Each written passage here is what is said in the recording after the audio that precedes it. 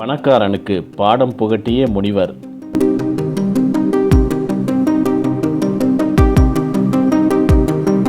ஒரு ஊரில் மிகப்பெரிய பணக்காரன் ஒருவன் வசித்து வந்தான்.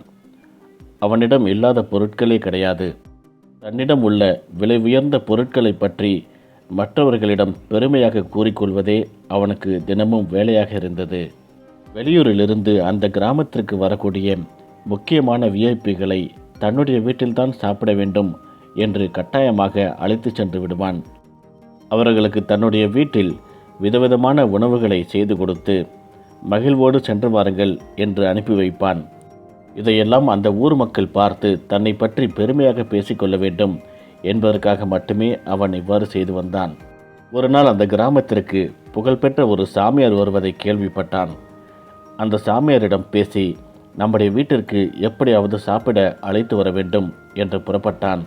அந்த சாமியாரை ஊரின் எல்லையிலேயே சென்று சந்தித்தான். சுவாமி, இந்த ஊரிலேயே மிகப்பெரிய பணக்காரன் நான் தான். என்னுடைய வீட்டில்தான் தாங்கள் வந்து தங்க வேண்டும், திங்க வேண்டும் என்று கோரிக்கை வைத்தான்.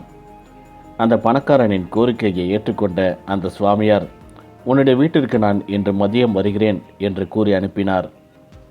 மிகுந்த சந்தோஷத்துடன் வீட்டிற்கு வந்த அவன் விதவிதமான உணவுகளை தயார் செய்து வைத்து காத்து கொண்டிருந்தான். சாமியார் சொன்னது போலவே அந்த பணக்காரனின் வீட்டிற்கு மதிய வேளை உணவிற்காக சென்றார். சாமியாரை மிகுந்த மகிழ்ச்சியோடு வரவேற்று அவருக்காக தயார் செய்து வைத்திருந்த விதவிதமான உணவுகளை பரிமாறத் தொடங்கினான். அனைத்து உணவுகளையும் சுவைத்து சாப்பிட்டார் சாமியார். எல்லாம் முடிந்த பிறகு சாமியாரிடம் அந்த பணக்காரன் கேட்டான், சுவாமி, இந்த ஊரிலேயே மிகப்பெரிய பணக்காரன் நான் தான். என் வீட்டில் இல்லாத பொருட்களே கிடையாது. எல்லாமே விலை உயர்ந்த பொருட்கள்.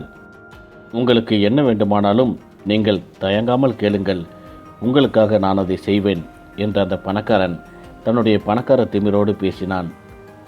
பணக்கார திமிர் பிடித்த இவனுக்கு தகுந்த பாடத்தை புகட்ட வேண்டும் என்று அந்த சாமியார் எண்ணினார்.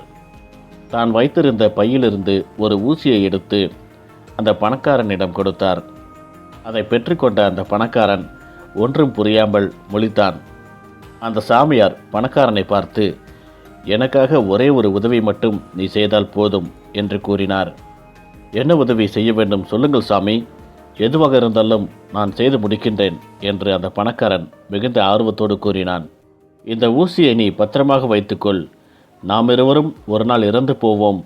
மேலுலகத்தில் நாம் இருவரும் சந்திக்கின்ற பொழுது இந்த ஊசியை நீ என்னிடம் திருப்பி தர வேண்டும் என்று அந்த சாமியார் கூறினார். அந்த பணக்காரன் சாமியாரை பார்த்து கேட்டான், அது எப்படி சாமி முடியும்?